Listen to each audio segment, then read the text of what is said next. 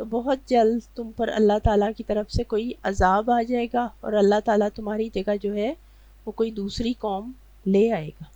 یہ سب باتیں مرزا نے صرف اس لیے کی کہ اس کے بے دینی کے جو معاملات ہیں، جو دین سے اس کی دوری ہے اور جو بھی اس کے زندگی کے معمولات ہیں، ان پر کوئی بھی اعتراض نہ کر سکے، نہ کوئی انگلی اٹھا سکے، اور اگر کوئی ایسا سوچے بھی تو وہ بھی آئندہ اس قسم کی جرات نہ کر سکے۔ اب آگے چل کر صفحہ نمبر 173 پہ مرزا نے جو ہے وہ آخری حربہ استعمال کرتے ہوئے اپنے مریدوں کو آداب رسالت اختیار کرنے کی تلقین کرتے ہوئے کہتا ہے کہ جب اللہ تعالیٰ نے مجھے حکم و عدل کے مقدس منصب پر فائز کیا ہے، اس لیے حضور اس تقریر میں اظہار ناراضگی کرتے ہوئے کہتے ہیں کہ ایسے سوالات کے معاملے میں آداب کو ملحوظ خاطر رکھیں۔ اب مرزا کہتا ہے کہ اس قسم کے سوالات پوچھنے سے میری گستاخی اور بے ادبی ہوتی ہے، چنانچہ آئندہ کسی کو بھی ایسی جرات نہیں کرنی چاہیے کہ وہ اس قسم کا گستاخانہ سوال جو ہے وہ مجھ سے پوچھے۔ اور پھر کہتا ہے کہ میں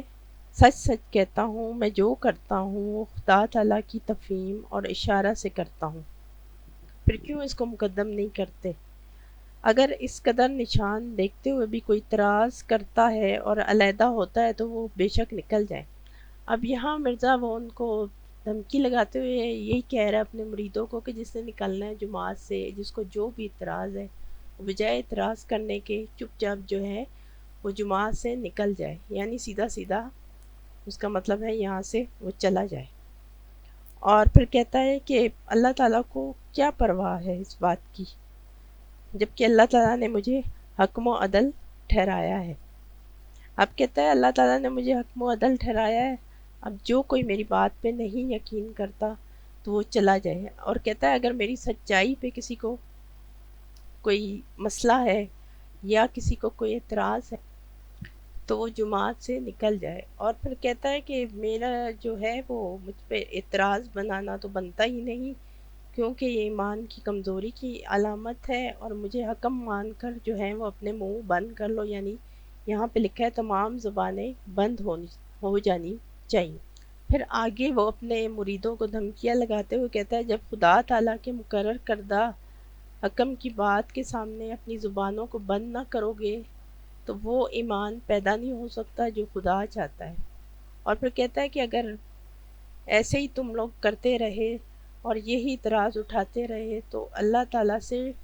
ڈریں، ایسا نہ ہو کہ خدا ان کی جگہ اور قوم لا دے۔ اب وہ یہ کہتا ہے کہ اللہ تعالیٰ کا کوئی عذاب نہ نازل ہو جائے اور کوئی دوسری قوم آ جائے تمہاری جگہ، اس لیے جو ہے وہ آئندہ اس قسم کے اعتراضات کرنے کی ضرورت ہی نہیں ہے۔ اور پھر آخر میں کہتا ہے کہ بعض بغض گوشوں میں بدزنیاں بھی ہیں، اگر میں صادق نہیں ہوں تو پھر جاؤ اور صادق تلاش کرو۔ اب وہ کہتا ہے کہ اگر میں سب کو جھوٹا نظر آتا ہوں کسی کو بھی اپنے مرید کو، تو پھر وہ چلا جائے یہاں سے اور کسی سچے کو تلاش کر لے۔ اب یہ ساری جو تقریر میں نے مرزا کی آپ کے سامنے سنائی، پیش کی، اس میں کہیں پہ آپ کو کوئی اللہ تعالیٰ کی طرف سے واضح کوئی اس کے جو احکامات تھے ان کی جھلک نظر آئی؟ کوئی دین کی طرف سے، کوئی حدیث کی طرف سے کچھ بھی ثبوت پیش نہیں کیا گیا، صرف ایک بڑکے مارنے کا سلسلہ تھا جو وہ اس نے پوری تقریر میں جاری رکھا، اور کسی گاؤں کا نمبردار یا چودھری جیسے اپنے مزاروں سے بات کرتا ہے وہی لہجے میں بات کرتے ہوئے کہا کہ جس کو یقین کرنا ہے کرے، جس نے نہیں کرنا وہ یہاں سے نکل جائے جماعت سے اور وہ مجھے چھوڑ دے۔ تو یہ تھے مرزا صاحب کے جو ہے اعلیٰ ترین اخلاق، جن کا جو ہے وہ آج تک قادیانی اور مرزائی جو ہیں وہ پرچار کر رہے ہیں، اور یہ اس کی تقریر تھی مرزا کی۔ تو اس میں تمام غور و فکر کرنے والے، سوچنے سمجھنے والے خود سوچ سکتے ہیں کہ اس میں اس نے جو جس طرح کی باتیں کی ہیں، پیغمبر تو دور کی بات ہے، وہ تو بہت اعلیٰ درجوں پر ہیں، کوئی عام جو ہے شریف انسان بھی جو ہے اپنے مخالفوں کے ساتھ اس طرح کی دھمکیاں اور اس طرح کی زبان میں ان کو جو ہے وہ لعنت ملامت نہیں کر سکتا۔ چنانچہ یہ تھا مرزا کذاب کا ایک اور دجل و فریب جو میں نے آپ کے سامنے پیش کیا۔